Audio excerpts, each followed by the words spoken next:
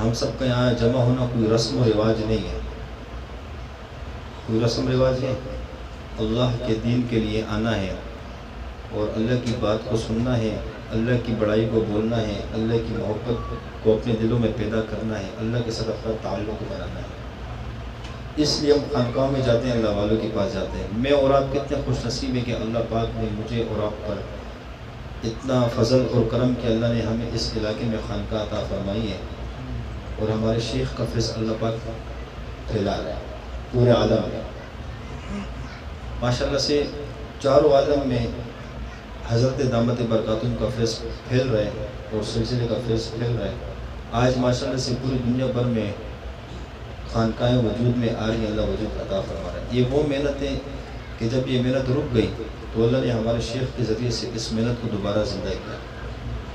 مطلب تصوف تو تھی، نام کی تصوف، جیسے حضرت فرماتے ہیں، اور مشاہدے کی باتیں ہمیں بھی تو پتہ نہیں، لیکن اب آنے کے بعد کہ وہ تصوف کے صرف سند ہوتی تھی کسی کے پاس، بس وہ پیر صوفی ہے، باقی مجاہدے کا پتہ نہیں، اسباق کا پتہ نہیں، ذکر اذکار کا پتہ نہیں، مشاغل شغل کا پتہ نہیں، تو بس صرف نام کے صوفی، سندن صوفی، باقی نہ لطائف کا پتہ، نہ مجاہدات کا پتہ، اور نہ احوال کا پتہ، یہ ساری چیزیں۔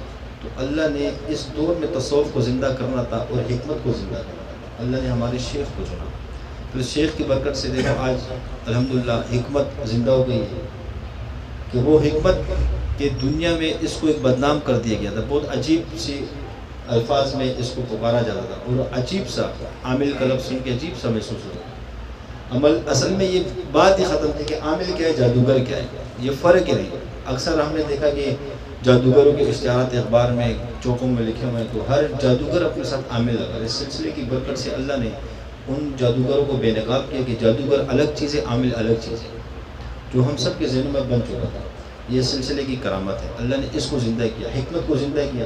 جیسے پرانے دور میں جیسے صحابہ تھے، روحانی پاور تھی، تابعین تبع تابعین، ہمارے جتنے اکابرین گزرے ہیں سب، تو وہ جب روحانیت کم ہو گئی تو اللہ نے سلسلے کی برکت سے حکمت کو بھی زندہ کیا، شیاطینوں سے لڑنے کی اللہ نے قوت پیدا کی، اور ان کے لیے اللہ نے لوگوں کو تیار کیا، اور انشاءاللہ یہ سلسلہ چل پڑا، یہ تیار ہو رہا ہے۔ اور دوسری طرف جہاں تصوف نام کے رہ گئی تھی، اب اللہ نے اس تصوف کو بھی زندہ کر دیا ہمارے شیخ کی برکت سے۔ اب ماشاءاللہ سے ہم سب دیکھتے ہیں کہ سب تصوف ماشاءاللہ زندہ ہو رہی ہے پوری دنیا میں۔ اب ساتھ میں رہی ہے کہ اب مزید ڈیوٹی لگی ہم سب کی، کہ حضرت نے حکم کی کہ دراسات فقہ بھی سیکھیں، تو ساتھ میں اللہ نے اس کو بھی زندہ کر دیا، کہ جو ہم میری طرح جنہوں نے درس نظامی پڑھا نہیں، کہ ان کو چلو سلسلے کی برکت سے یہ موقع بھی مل گیا، یہ فائدہ بھی مل گیا، ٹھیک ہے۔ اور جو قرآن کے حافظ نہیں ہیں وہ ماشاءاللہ بہت سے لوگ ہیں وہ حفظ کی طرف جا رہے ہیں، جن کی تجوید ٹھیک نہیں میری طرح، تو ماشاءاللہ سے کم اتنی فکر تو پیدا ہوگی کہ میں اپنے قرآن کی تجوید ٹھیک کر لوں۔ یہ سلسلے کی برکت سے اللہ نے یہ تمام نعمتیں ہم پر جو نا ایک ہمیں نعمتیں عطا فرما دی ہیں۔ اب ایک اور نعمت اللہ نے ہمیں عطا فرمائی، جیسے اللہ نے اس علاقے میں خانقاہ دی، پورے علاقے میں ماشاءاللہ ذکر کا حلقہ اللہ نے اس کو وجود عطا فرمایا، اور لوگ ماشاءاللہ جوگ تک جوگ سلسلوں میں آ رہے ہیں اور ذاکرین بنتے جا رہے ہیں۔ یہ تو اللہ نے اپنا خاص فضل کیا، اور پھر ہم لوگوں پر جو ہم یہاں بیٹھے ہیں ہم پہ خصوصی اللہ نے فضل کیا کہ ہمیں خانقاہ دی اللہ نے، اور یہ اللہ کا بہت بڑا فضل ہے۔ جن علاقوں میں خانقاہ نہیں ہے، جن علاقوں میں اس علاقے میں جو لوگ رہتے ہیں ان سے جا کے پوچھیں کہ وہ ترس رہے ہوتے ہیں کہ کاش ذکر کا حلقہ ہمیں مل جائے، کاش کہ ہمیں ذکر کا حلقہ ملے، وہاں ذکر کے حلقے میں بیٹھے۔ جب ہمارے علاقے میں بھی خانقاہ نہیں تھی تو ہم بھی بڑے طلب ہوتے تھے کہ کاش، اب معلومات کرتے تھے قریب میں کوئی خانقاہ ہے، قریب میں کوئی خانقاہ ہے، کہ وہاں ذکر کے حلقے میں جا کے بیٹھے۔ تو ماشاءاللہ سے اللہ نے یہ فضل کیا۔ اب ایک اور فضل کہ اللہ پاک، جیسے کہ ابھی پروگرام کے عنوان سے آج مشورہ بھی رکھا تھا، چلو ترغیب اسی میں ہو جاتی ہے کیونکہ سارے اپنے ساتھی بیٹھے ہوئے ہیں، جیسے کہ ماشاءاللہ سے 29 فروری کو پروگرام ہو رہے زیر انتظام خانقاہ نقشبندیہ شارجہ فیوچر کالونی، ماشاءاللہ سے ساتھی بھی موجود ہیں۔ تو یہ پروگرام جو ہے ہم سب کہہ رہے ہیں، یہ کسی کا ذاتی پروگرام ہے، اور جیسے ہم نے پڑھا کہ ایک صحابی رسول صلی اللہ علیہ وسلم کہ وہ میدان بدر میں شریک نہیں ہوئے، لیکن ایک صدمہ تھا کہ اس جنگ میں میں شہید نہ ہو شرکت نہ کر سکے گا، اب اللہ مجھے موقع دے میں اس میں شریک ہوں۔ اب کچھ ساتھیاں ایسے ہیں جو پہلے پروگرام ہو چکے ان میں نہیں تھے، اب کچھ ایسے ہوں گے کہ جو تھے اس علاقے میں لیکن سلسلے میں نہیں تھے. اب جب وہ سلسلے میں آ گئے تو ہر چیز کی اہمیت پتہ چل گئی. جب اہمیت پتہ چل گئی تو وہ سوچتے ہو کہ کاش ہم اس وقت بھی ادھر حضرت آئے تو ہم کی زیارت بھی کر لیتے ہیں, صحبت بھی مل جاتی ہے, اس پروگرام محفل میں بھی شرکت ہوتی. تو ان کے لیے بھی یہ سوچ ہے کہ اس میں نہیں تھے, لیکن اللہ نے ایک اور موقع ہمیں دے دیا. تو اللہ نے یہ موقع دے دیا. جیسے آپ علیہ الصلوۃ والسلام کے صحابہ رسول تمنا, ایسی ہماری بھی تمنا ہو, ایسے شوق ہو پروگرام کے حوالے سے, پروگرام ہو اللہ پاک پورے عالم میں فیض کو عام کرے ہمارے شیخ صاحب سے. اور دوسری بات رہی ہے کہ جیسے صحابی رسول دین کے لیے قربانی دے رہے, اپنی جان کو بھی پیش کیا جا رہا ہے, اس طریقے سے پروگرام کے حوالے سے ہم اپنی خدمات کو بھی پیش کریں. ہمارے پاس فارغ اوقات خانقاہ میں آ جائے, خانقاہ میں انتظامیہ سے رابطہ کریں کہ میں فارغ ہوں, پروگرام جو ہو رہا ہے اس کی مصروفیات چل رہی ہیں, کوئی کام ہو تو مجھ سے یہ کام اگر کوئی لے سکتے ہیں تو میں فارغ وقت ہے میرے پاس, ساتھی اس کے لیے بھی اپنے آپ کو پیش کریں. اور دوسری بات رہی ہے کہ سب سے مین جو بات ہے کہ ہم اپنے آپ کو میزبان سمجھیں. کیا سمجھیں؟ مہمان نہ سمجھیں. مہمان تو وہ ہوتا ہے نا جو کہ جس کی ہم خدمت ہمیں کرنی پڑتی ہے. اب ہم میزبان ہیں, ہمارے پاس جو مہمان آئیں گے وہ ہمارے گھر آئیں گے, تو ہم سب گھر کے لوگ ہیں, ہم نے ان مہمانوں کی خدمت کرنی ہے اور خالص اللہ کی رضا کے لیے اخلاص ہونا چاہیے. اس میں نہیں کہ لوگ ہماری واہ واہ کریں, ہماری شہرت ہو جائے, ہم لوگ ہمارے پروگرام کو ٹھیک ہے خوش ہو جائیں, میں واہ واہ نہیں. مقصد یہ ہے کہ اللہ کا دین زندہ ہو جائے. اس علاقے میں پورے سب سے بڑی نیت کرنی چاہیے کہ یہ پروگرام جو ہو رہا ہے, اللہ اس پروگرام کو, اس چھوٹے سے اجتماع کو اللہ پاک پورے عالم کے لیے خیر کا ذریعہ بنا دے اور ہدایت کا ذریعہ بنا دے. نیت یہ ہو. اور بالخصوص اپنے حلقے میں, اپنے علاقے میں, ہمارا ہر اس علاقے میں مرد عورت چھوٹا بچہ جوان بڑا سارے ذاکرین بن جائے. خصوصی یہ نیت ہو, بس صرف یہ نیت ہو. یہ نیت نہ ہو کہ کوئی کہے کہ واہ ماشاءاللہ اچھا پروگرام کیا, کوئی کس القابات سے پکارے, یہ نیت نہ ہو. نیت ہماری یہ ہو کہ اللہ کا دین زندہ ہو جائے.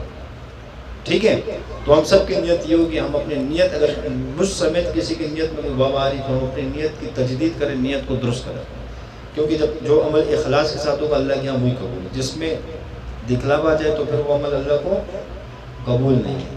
تو ایک تو اس چیز کا ہم نے خیال رکھا. ٹھیک ہے, باقی جس ساتھی کی جو ڈیوٹی لگ جائے جس جگہ پر بھی, تو اس ساتھی نے اس ڈیوٹی کی طرف توجہ دینی ہے. ٹھیک ہے, مثال کے طور پہ حضرت آتے ہیں تو ہر ساتھی کی یہ خواہش ہوتی ہے کہ چلو میں حضرت کے قریب مسافہ کر لیں. باقی جو ڈیوٹی جہاں ساتھی کی اپنی ڈیوٹی نہیں چھوڑنی, ڈیوٹی کی پابندی. ہم نے واقعہ سن لیا سامنے, اللہ وہی واقعہ لے کر آیا سامنے. اس آیا نا احد کے میدان میں جب صحابہ نے وہ چھوڑ دی, جو پہاڑ کے اوپر آپ علیہ الصلوۃ والسلام نے ان کو ایک ٹکٹ پہ مخصوص کیا تھا, تو صحابہ یہ سمجھے غلطی ہوگی چھوٹی سی, صحابہ یہ سمجھے, اور یہ اللہ نے کروایا اس لیے کہ امت کی رہنمائی ہو سکے. یہ نہیں کہ صحابہ کو تو اللہ نے نفس مطمئنہ بنا دیا تھا. ٹھیک ہے, تو یہ اس وجہ سے کہ اس امت کی رہنمائی ہو سکے. ٹھیک ہے, تو جیسے صحابہ نے اس جگہ کو چھوڑا اور صحابہ کو یہ محسوس ہوا کہ بس اب لڑائی ختم ہو گئی, فتوحات شروع ہو گئی, مال غنیمت آ گیا, ہم مال غنیمت میں چلے جاتے ہیں. پھر ایک صحابی نے فرمایا بھی کہ نہیں, جب تک آپ علیہ الصلوۃ والسلام نہ فرمائے ہم نے چھوڑنا نہیں. تو وہ یہ سمجھے کہ شاید وہ حکم آپ علیہ الصلوۃ والسلام کو اس وقت کے لیے تھا, اب تو کافر بھی نظر نہیں آ رہے ہیں, اب تو مال غنیمت بھی آ گیا, تو اس کو نیچے اتر کے آ گئے. جب نیچے مال غنیمت میں لگے, پیچھے کافروں نے جب دیکھا کہ وہ پہاڑی خالی ہو گئی تو پیچھے سے وہ واپسی آنا شروع ہو گئے, چاروں طرف سے گھیر لیا. تو پھر صحابہ کا بڑا نقصان بہت شہید کے اوپر, یعنی چھوٹی سی اس کی وجہ سے. اور یہ اللہ نے اس لیے کروایا کہ امت کی رہنمائی ہو سکے. اگر یہ واقعات نہ ہوتے تو میں اور آپ ترغیب کیسے دیتے, ہماری کیسی رہنمائی ہوتی. تو مقصد یہ ہے کہ ہم تو صحابہ کے طرز پہ چلیں.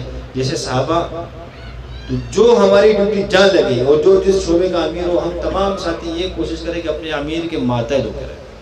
جس شعبے کا جو امیر ہے اس امیر کے ساتھ ہمارا تعاون ہو. امیر نے جہاں کھڑا کر دیا, جہاں خدمت لگا دی, جس شعبے میں لگا دی, ہم نے اپنے امیر کی اطاعت کر دی. ٹھیک ہے, کیونکہ پروگرام ہے نا, تو کریں گے نا انشاءاللہ اطاعت. جہاں ڈیوٹی جس ساتھی کی لگی, اب حضرت آتے ہیں, اس کو حضرت سے مسافر کا ٹائم ملتا ہے نہیں ملتا, حضرت کے ساتھ کھانے پر بیٹھنے کا ٹائم ملتا ہے نہیں ملتا, لیکن جہاں ڈیوٹی لگی ڈیوٹی کرنی ہے, ڈیوٹی نہیں چھوڑنی. کیونکہ ڈیوٹی چھوڑنے سے اللہ کی مدد سے محرومی ہو گئی.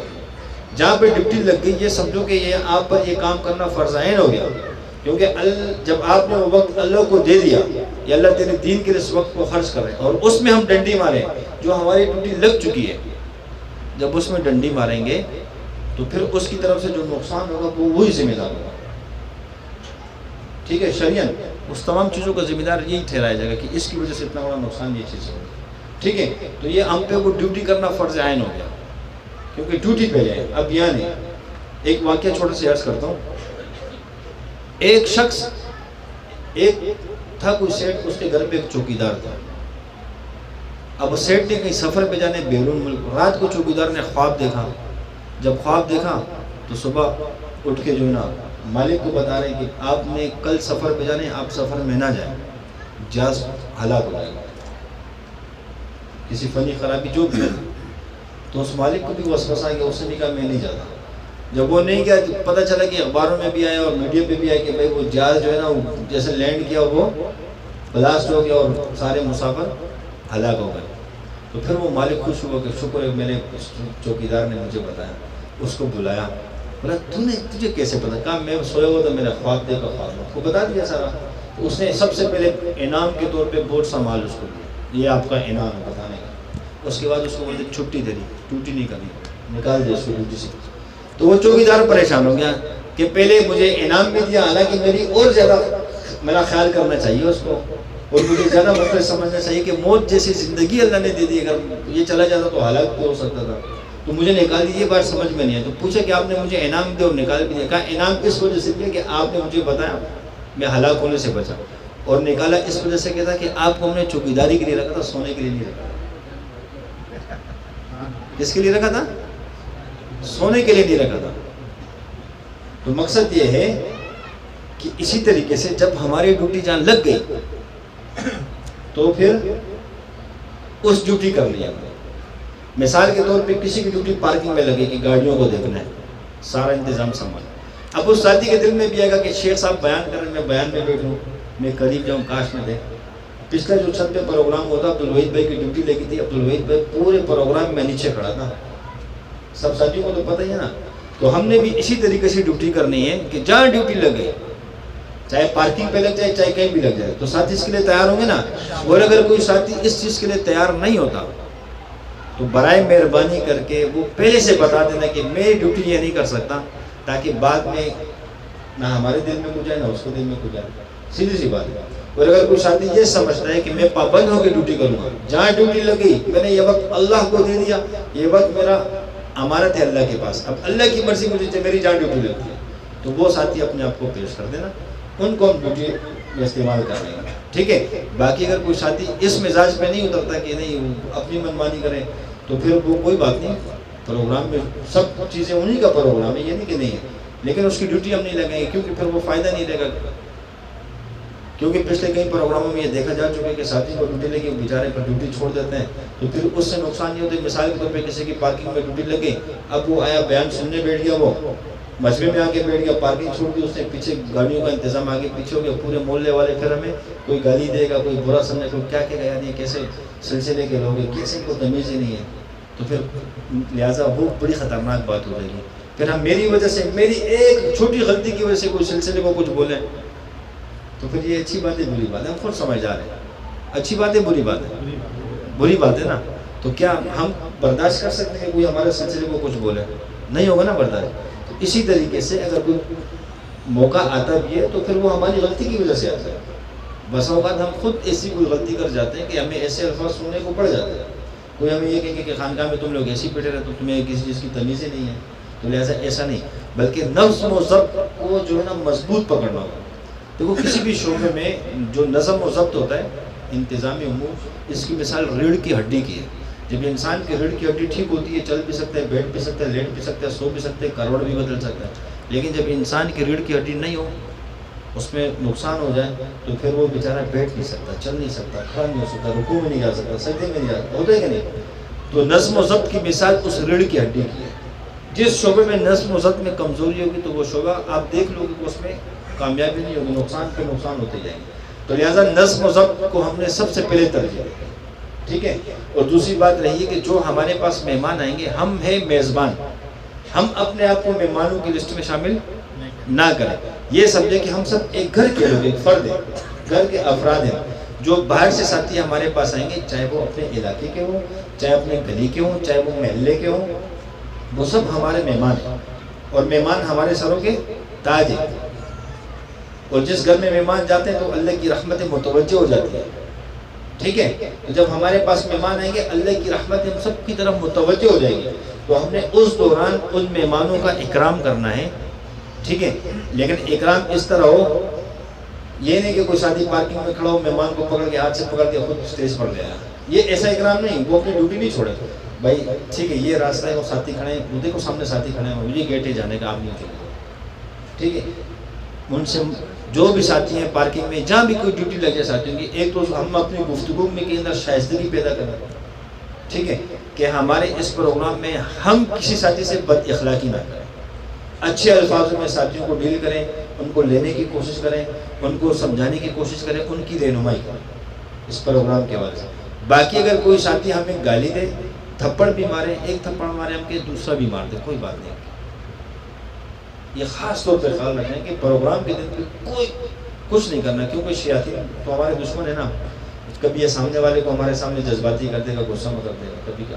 اب ہم تو سمجھدار بنے یہاں پہ، ہم پہلے سے اس چیز کی فکر کریں کہ ہم کوئی ایسی چیز نہ کریں جس کی وجہ سے پروگرام کا ماحول خراب ہو، انتشار کا سبب بنے. یہ چیزیں ہم نہیں کریں گے، ہم برداشت کریں گے. ٹھیک ہے، اگر ہمارے ساتھ زیادتی ہوتی بھی ہے، اللہ نہ کرے، ایسا تو انشاءاللہ امید تو نہیں، ایسا تو ہوگا نہیں، لیکن پھر بھی ایک طرح اگر بالفرض کوئی ایسی نوبت آ بھی جاتی تب بھی ہم نے وہاں صبر و تحمل سے کام لینا ہے، استقامت سے کام لینا ہے. ٹھیک ہے، وہاں ہم نے کسی کے ساتھ غلط برتاؤ نہیں کرنا، بدتمیزی بد اخلاقی کسی کے ساتھ نہیں کرنی. اس چیز کی کوشش کریں گے نا انشاءاللہ، بھرپور کوشش. اور اگر کوئی تھپڑ بھی مار دے میرے بھائیوں، پھر ایک اور مار دو، آپ میرے بڑے بھائی ہو، آپ میرے بڑے ہو. ٹھیک ہے، کوئی بات نہیں، صحیح ہے نا. تو یہ چیزیں کرنی ہے. باقی تمام ساتھی جہاں جہاں ڈیوٹی لگی انشاءاللہ کریں گے نا ڈیوٹی، اور جس ساتھی کی جو ڈیوٹی ہوگی اس نے وہی کام کرنا ہے بس، اور کوئی کام نہیں کرنا. یہ نہیں کہ اپنی ڈیوٹی چھوڑ کے پھر وہ اس طرح. باقی آپ نے جو عمرا بنیں گے شعبوں کے، ان کی بھرپور اطاعت کرنی ہے. امیر صاحب نے جس کی ڈیوٹی جہاں لگا دی، بھائی تمام ساتھی مجھے ہاتھ کھڑا کر کے بتا دیں جس کی ڈیوٹی جہاں بھی لگی، پارکنگ میں لگی، کہیں بھی لگی، خدمت میں لگی، حضرت کے ساتھ لگی، جہاں بھی لگی، کریں گے نا انشاءاللہ. یہ تو نہیں ہوگا نا کہ منمانی ہوگی کہ نہیں میری یہاں ڈیوٹی ہونی چاہیے میرے یہاں، ایسا تو نہیں ہوگا نا. اللہ آپ تمام ساتھیوں کو بہت بہت جزائے خیر عطا فرمائے. اور دوسری بات یہ کہ ہماری نیت، یہ سب سے اہم پہلو ہے کہ ہماری نیت جو ہے وہ خالص ہونی چاہیے. اس میں یہ نہ ہو کہ لوگ ہمیں خوشخبریاں دیں کہ ماشاءاللہ آپ لوگوں نے اچھا پروگرام، یہ تمنا ہو، شہرت کی تمنا ہو. بس اخلاص یہ ہو، کیا نیت ہو کہ پروگرام کو اللہ پورے عالم کے لیے خیر کا ذریعہ بنا دے، ہدایت کا ذریعہ بنا دے. اللہ اس پروگرام کی برکت سے اس سلسلے کا فیض پورے عالم میں پہنچا دے، یہ نیت ہو. اور بالخصوص اس پروگرام کی برکت سے ہمارے پورے حلقے میں کوئی گھر ایسے رہے نا جس میں کوئی ذاکرین نہ بنے. ہر گھر کے اندر چھوٹا بڑا مرد عورت تمام ذکر کرنے والے بنے. یہ نیت ہو، بس کوئی نیت نہیں ہو. نیت یہی ہوگی نا انشاءاللہ. اور یہ اینڈ تک یہ نیت رکھنی ہے. نیت میں اگر کسی ساتھی کے مجھ سمیت کسی ساتھی کے دل میں تھوڑا سا بھی کبر آ جاتا ہے، یا وہ آتا ہے، انسان ہے، کمزور ہے انسان، تو فوراً ہم اس سے اللہ کی طرف رجوع کریں. یا اللہ نے یا اللہ تو ہم سے راضی ہو جا، تو بس یہ نیت ہو ہماری. ٹھیک ہے نا. باقی کوئی اور صحیح ہے، کوئی ایسی بات جو کرنا ضروری ہو میرے ذہن میں نہیں آ رہی ہو، ٹھیک ہے، تو کوشش کریں گے نا اس کے تمام ساتھی. بس یہ چھوٹی سی گزارشات تھی، التجا تھی. باقی جو ہمارے ساتھی اب حاضر نہیں ہیں ان کو بھی ہم بتا دیں کہ جو ہے نا جو ڈیوٹی لگیں گی انشاءاللہ کہ وہ بھی آ کے اپنی اپنی خدمات کریں. باقی ہم ہر ساتھی جانی طور پہ مالی طور پہ بھرپور تعاون کریں، خدمت کریں. یہ ہم سب کا سلسلہ ہے، کسی ایک فرد کا نہیں ہے. خانقاہ ہم سب کی خانقاہ کسی کی جاگیر نہیں ہے، کسی کی جاگیر نہیں ہے، کسی کے نام کی نہیں ہے. میں نہیں ہوں گا تو اللہ پھر بھی خانقاہ کو چلائے گا. خانقاہ نہ میری وجہ سے چل رہی ہے، خانقاہ اللہ چلا رہا ہے. کون چلا رہے؟ اللہ چلا رہا ہے. دین کا کام اللہ خود چلا رہا ہوتا ہے. اب اللہ کی مرضی ہے جس کو ساتھ میں جوڑ دے. اگر اللہ مجھے اور آپ کو جوڑ دیتے تو اس میں ہم اللہ کا شکر ادا کریں کہ اس علاقے میں اور بھی بہت سے لوگ تھے. ابھی کچھ لوگ کس مصروفیات، کوئی گھر میں ہوں گے، کوئی اسپتال میں ہوں گے، کوئی جیل میں ہوگا، کوئی جو گناہوں میں لگا ہوگا، کوئی اللہ کو راضی کرنے میں لگا، لیکن مجھے اور آپ کو اللہ نے قبول کیا. دیکھو اتنے سارے مجمع میں کتنے پورے حلقے سے کتنے لوگ یہاں بیٹھے ہوئے ہیں، تو یہ اللہ نے قبول کیا نا. جب اللہ نے ہمیں جوڑ دیے تو ہم اس پہ اللہ کا شکر کریں. ٹھیک ہے، بس یہی آج کا یہی عنوان تھا. اور اس کے لیے انشاءاللہ لنگر کے بعد ساتھیوں کو ٹیمیں بنائیں گے، تو اس میں ساتھی تھوڑی دیر شرکت فرما رہے ہیں. ٹھیک ہے، جزاک اللہ. اللہ کو آ جائیں ذکر کال کا